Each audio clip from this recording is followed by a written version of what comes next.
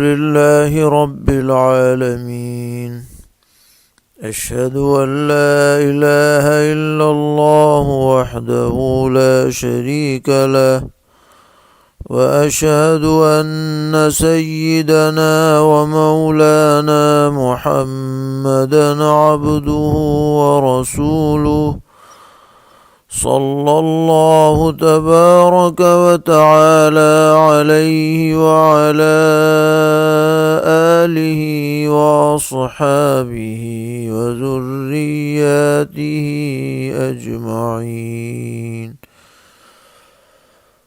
أما بعد فأعوذ بالله من الشيطان الرجيم. بسم الله الرحمن الرحيم. قل أعوذ برب الناس ملك الناس إله الناس من شر الوسواس الخناس الذي يوسوس في صدور الناس من الجنة والناس. صدق الله مولانا العلي العظيم. یہ سورہ ناس ہے جو قرآن پاک کی سب سے آخری سورت ہے اور 6 آیتوں پر مشتمل ہے. پہلے یہ بتلایا جا چکا ہے کہ یہ دونوں صورتیں سورہ فلق اور سورہ ناس ایک ساتھ نازل ہوئیں اور نبی اکرم علیہ الصلاۃ والسلام پر جو سحر کا اثر تھا اللہ تعالیٰ نے ان صورتوں کی برکت سے اسے زائل فرمایا. اور واقعہ یہ ہے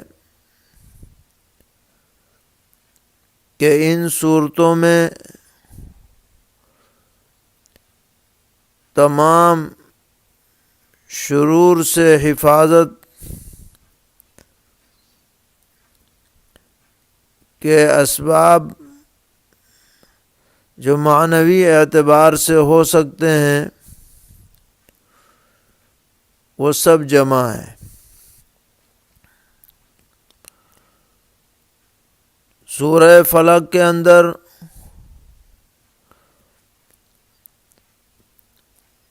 ظاہری طور پر جو شرور پیش آ سکتے ہیں دیگر مخلوقات کے ذریعے سے، خود انسانوں کے ذریعے سے ان سے پناہ مانگی گئی.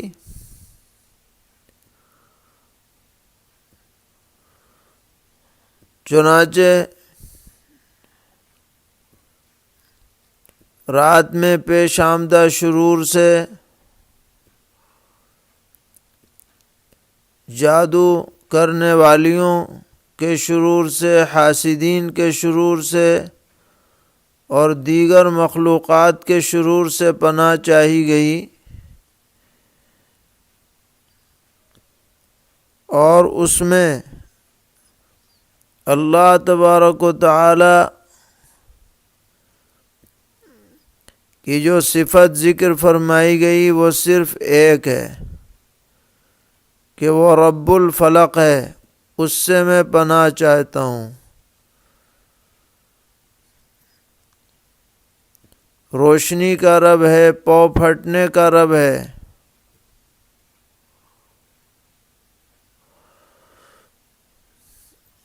لیکن اس دوسری صورت میں جو سورہ ناس ہے اس میں جو اللہ تعالی سے پناہ چاہی جا رہی ہے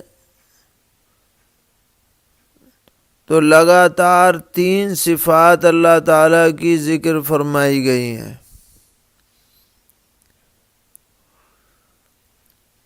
قل اعوذ برب الناس ملک الناس الہ الناس۔ سورہ فلق میں تمام مخلوقات کے شرور سے حفاظت کے لیے صرف رب الفلق کا لفظ لایا گیا، اور سورہ ناس میں شیاطین کے اثرات سے محفوظ رہنے کے لیے اللہ تعالیٰ کی 3 صفات لائی گئیں: رب الناس ملک الناس الہ الناس، کہ جو لوگوں کا رب ہے، جو لوگوں کا بادشاہ ہے، جو لوگوں کا حاکم اور معبود ہے، اس کے ذریعے سے پناہ چاہی جا رہی ہے من شر الوسواس الخناس، اس کے شر سے جو وسوسے ڈالتا ہے اور پیچھے ہٹ جاتا ہے، یعنی شیطان لعین، الذی یوسوس فی صدور الناس، جو لوگوں کے دلوں میں وسوسے پیدا کرتا ہے، اور یہ جنات میں سے بھی ہیں اور انسانوں میں سے بھی ہیں۔ وہ انسان جو جنات کے لیے معاون بنتے ہیں، جنات کے اثرات سے پوری طرح متاثر رہتے ہیں، تو ان کا بھی ضمناً یہاں تذکرہ کر دیا گیا ہے۔ تو سوال یہ ہے کہ وہاں تو رب الفلق صرف ایک صفت لائی گئی اور یہاں 3 صفات لائی گئیں، اس میں کیا حکمت ہے؟ تو محدث کبیر حضرت مولانا شاہ عبدالعزیز صاحب محدث دہلوی رحمۃ اللہ علیہ نے اس کے متعلق ارشاد فرمایا کہ اللہ تبارک و تعالی نے انسان کے اندر جو صفات رکھی ہیں ان میں 3 باتیں بہت اہمیت رکھتی ہیں، جن کے ذریعے سے شیطان انسان کو گمراہ کرتا ہے اور راہ حق سے ہٹا دیتا ہے۔ ان میں سے پہلی صفت ہے شہوت اور لذات، کہ شیطان انسان کے اندر شہوانی خیالات کو پیدا کرتا ہے، جس سے آدمی متاثر ہو کر حلال چھوڑ کر حرام کی طرف چل پڑتا ہے۔ اور دوسری صفت ہے غضب، یعنی غصے کی کیفیت۔ یہ بھی شیطان انسان کو غصہ دلاتا ہے، جس کی وجہ سے ظلم اور عدوان دنیا میں پیدا ہوتے ہیں۔ اور تیسری صفت ہے باطل عقائد، نفسانی خواہشات، کج فکری اور کج روی۔ تو یہ تینوں چیزیں دراصل شیطان کا ہتھیار ہیں انسان کو راہ حق سے ہٹانے کے سلسلے میں۔ لہذا ان تینوں کی مناسبت سے اللہ تبارک و تعالی کی 3 صفات لائی گئیں۔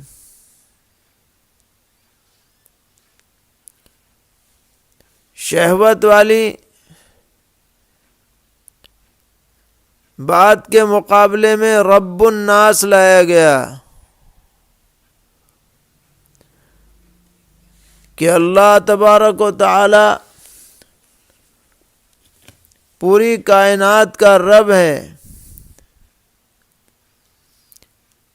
جب انسان اللہ تعالیٰ کی ربوبیت پر نظر کرے گا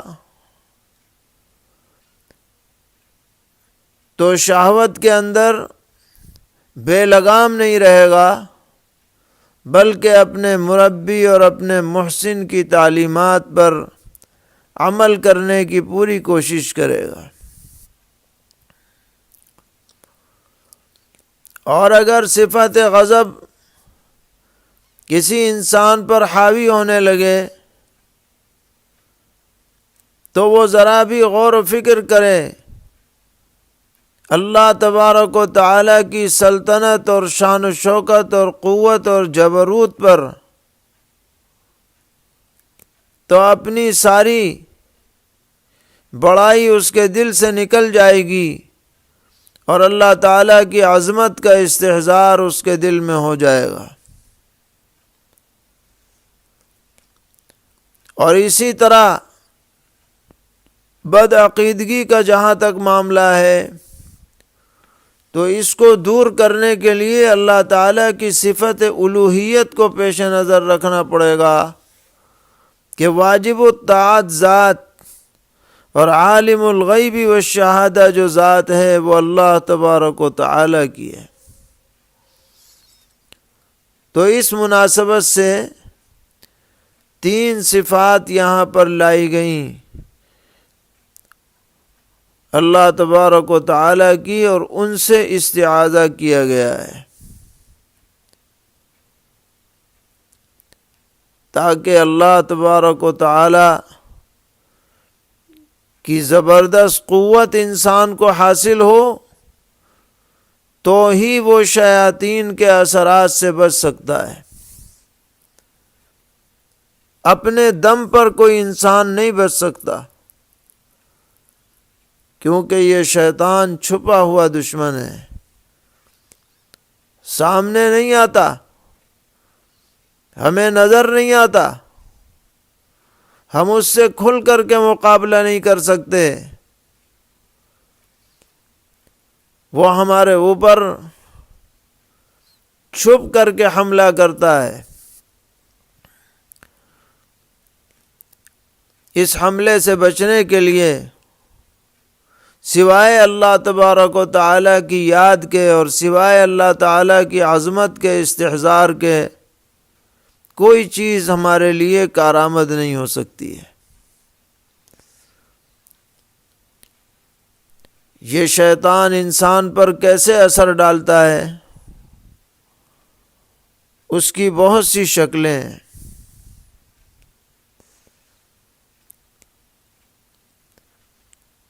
عقیدے کے اعتبار سے ایسی باتیں ذہن میں ڈالے گا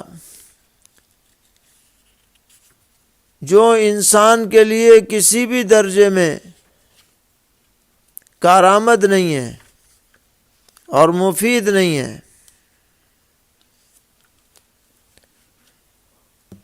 اور ایسے ہتھیار استعمال کرے گا کہ آدمی کو اندازہ بھی نہیں ہوگا۔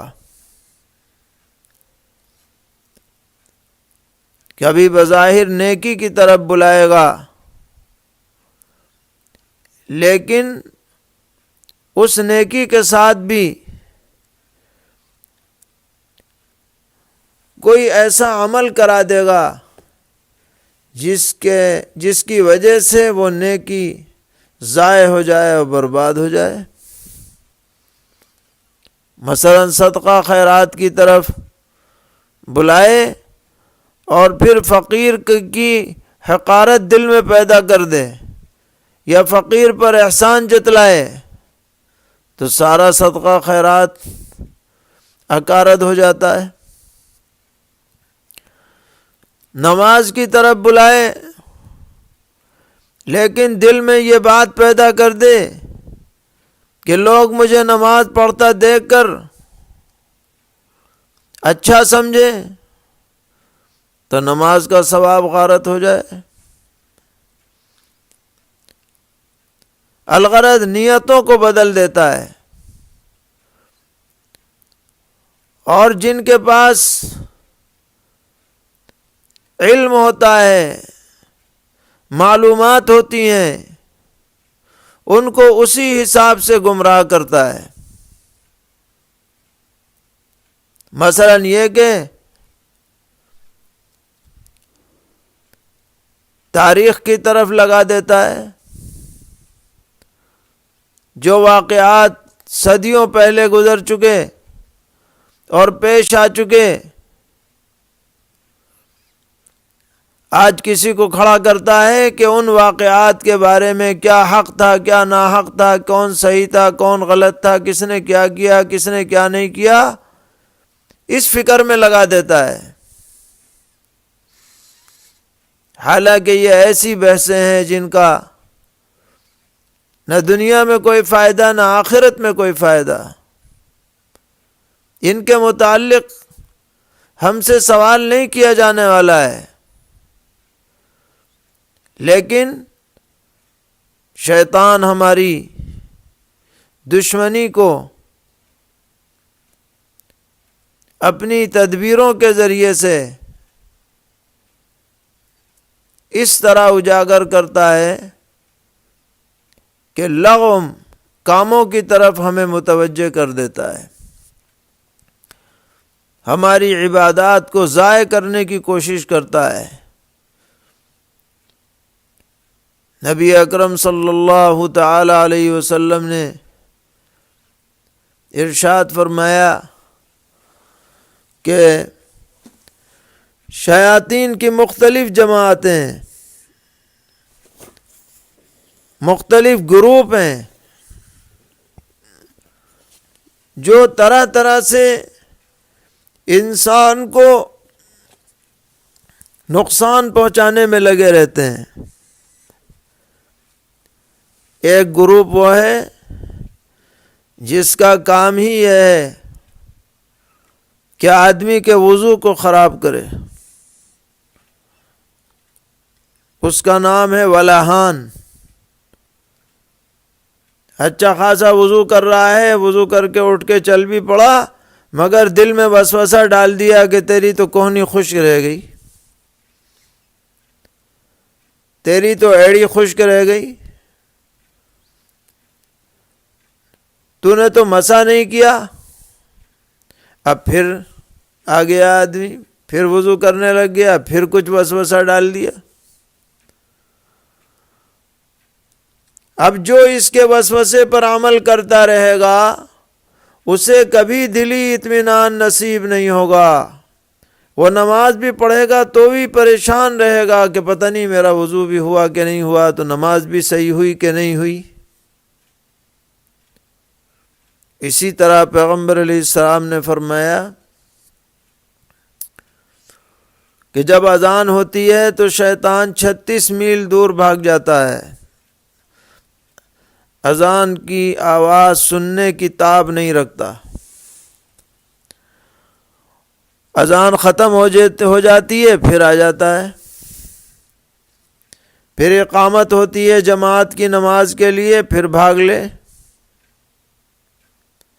اقامت ختم ہوئی، پھر آ گیا۔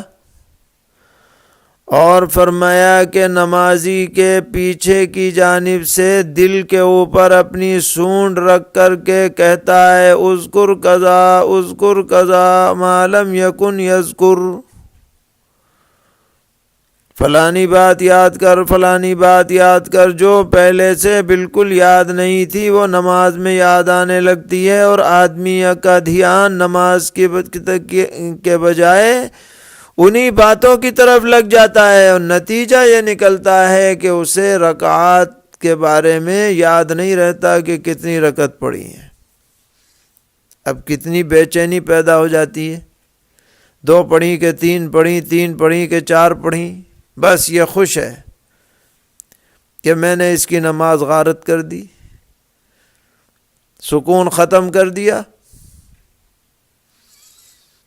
اسی لیے شریعت میں اس طرح کے سہو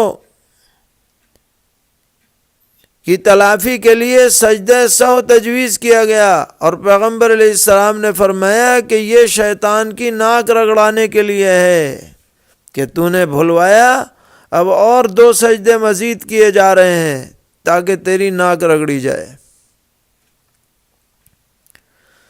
تو یہ وسوسے پیدا کرتا ہے، خیالات دل کے اندر غلط قسم کے پیدا کرتا ہے۔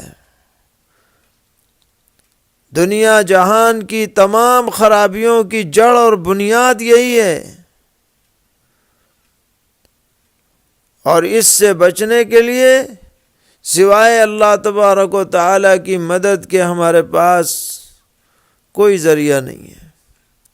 کھلا ہوا دشمن ہو سامنے، اس سے لڑ لیا جائے، دنیاوی اسباب اس کے مقابلے کے لیے اختیار کر لیے جائیں، لیکن یہ تو پوری طرح چھپا ہوا دشمن ہے۔ اس سے لڑنا انسان کے لیے ممکن نہیں ہے، صرف اللہ تعالیٰ کی مدد اور نصرت سے آدمی شیطان کے اثر سے محفوظ رہ سکتا ہے۔ چنانچہ جہاں جہاں بھی قرآن پاک میں شیطان سے بچنے کی بات آئی ہے، وہاں استعاذہ من اللہ کی تاکید کی گئی ہے۔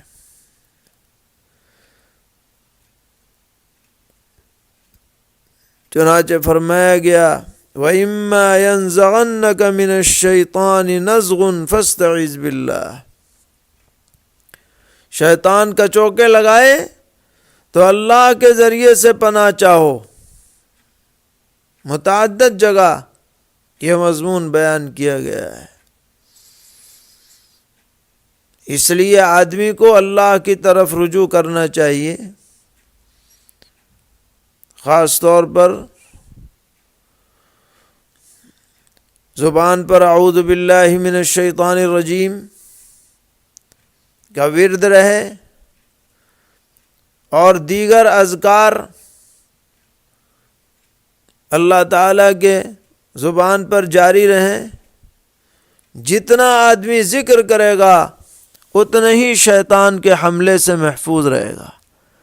ایک روایت میں پیغمبر علیہ السلام نے مثال دی ہے کہ ایک شخص کے پیچھے دشمن لگا ہوا ہے، اور وہ اس سے بچنے کے لیے بھاگا چلا جا رہا ہے، لیکن بچنے کی کوئی تدبیر نظر نہیں آ رہی، تاں کہ وہ ایک قلعے کے اندر داخل ہو گیا جو بہت مضبوط قلعہ تھا، اور داخل ہو کر دروازہ بند کر لیا تو وہ دشمن سے محفوظ ہو گیا۔ تو آپ نے فرمایا کہ یہ جو دشمن ہے یہ شیطان ہے جو انسان کے پیچھے لگا ہوا ہے، اور یہ جو قلعہ ہے جس میں جا کر وہ دشمن سے محفوظ ہو گیا، یہ اللہ تبارک و تعالیٰ کا ذکر ہے۔ تو جتنا آدمی اللہ کا ذکر کرے گا اور اللہ تبارک و تعالیٰ کو یاد رکھے گا اور اللہ تعالیٰ کی صفات کا استحضار کرے گا اور اللہ تعالیٰ سے مدد چاہے گا، اتنا ہی وہ شیاطین کے اثرات سے انشاءاللہ محفوظ رہے گا۔ تو فرمایا گیا قل اعوذ برب الناس ملک الناس الہ الناس۔ آپ فرمائیے کہ میں پناہ میں آیا لوگوں کے رب کی، لوگوں کے بادشاہ کی، اور لوگوں کے معبود کی۔ من شر الوسواس الخناس،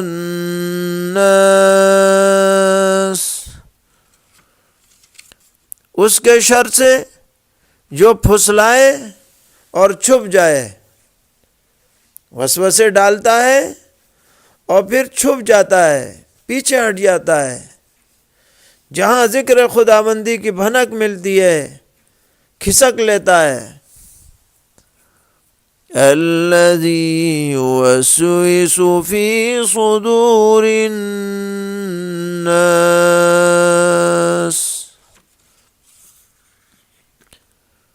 جو خیالات ڈالتا ہے لوگوں کے دلوں میں، من الجنة والناس،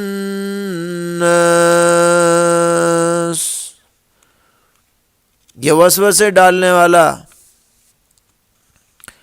جنات میں سے بھی ہے اور آدمیوں میں سے بھی ہے۔ یعنی جو آدمی شیطان کے رنگ میں رنگ جاتے ہیں، وہ اپنے پاس بیٹھنے والوں کا ذہن بناتے ہیں، ذہن سازی کرتے ہیں۔ عام طور پر غلط سوسائٹی میں بیٹھنے والے، غلط صحبتوں میں بیٹھنے والے شیطانی جال میں پھنس جاتے ہیں۔ ان سے بچنے کے لیے ان صحبتوں سے دور ہونا ضروری ہے، اور اللہ تبارک و تعالیٰ کی طرف رجوع کرنا اور اللہ تعالیٰ سے پناہ چاہنا اور اللہ تعالیٰ کی پناہ میں آنا لازم ہے۔ تو یہ قرآن پاک کی آخری صورت ہے۔ قرآن کی ابتدا ہوئی ہے سورہ فاتحہ سے، جس میں اللہ تعالیٰ کی حمد و ثنا کی گئی اور صراط مستقیم طلب کیا گیا، اور انتہا ہوئی ہے اللہ تعالیٰ سے پناہ چاہ کر شیطان لعین سے۔ تو سورہ فاتحہ سے ابتدا حسن آغاز ہے، اور سورہ ناس پر اختتام حسن اختتام ہے، کہ یہ بتلا دیا گیا ختم کرتے کرتے کہ تم کچھ نہیں کر سکتے جب تک کہ ہماری پناہ میں نہ آؤ۔ کوئی اپنی عبادت پر بھروسہ نہ کرے، اپنے فہم پر، علم پر بھروسہ نہ کرے۔ شیطان سے مقابلہ تو جبھی ہوگا جب اللہ تبارک و تعالیٰ کی مدد اور نصرت شامل حال ہوگی۔ اللہ تعالی ہم سب کو شیاطین کے مکر و فریب سے، اثرات سے، وساوس سے پوری طرح محفوظ فرمائے، عافیت عطا فرمائے، ہر قسم کے شرور سے بچائے۔ وآخر دعوانا ان الحمد للہ رب العالمین۔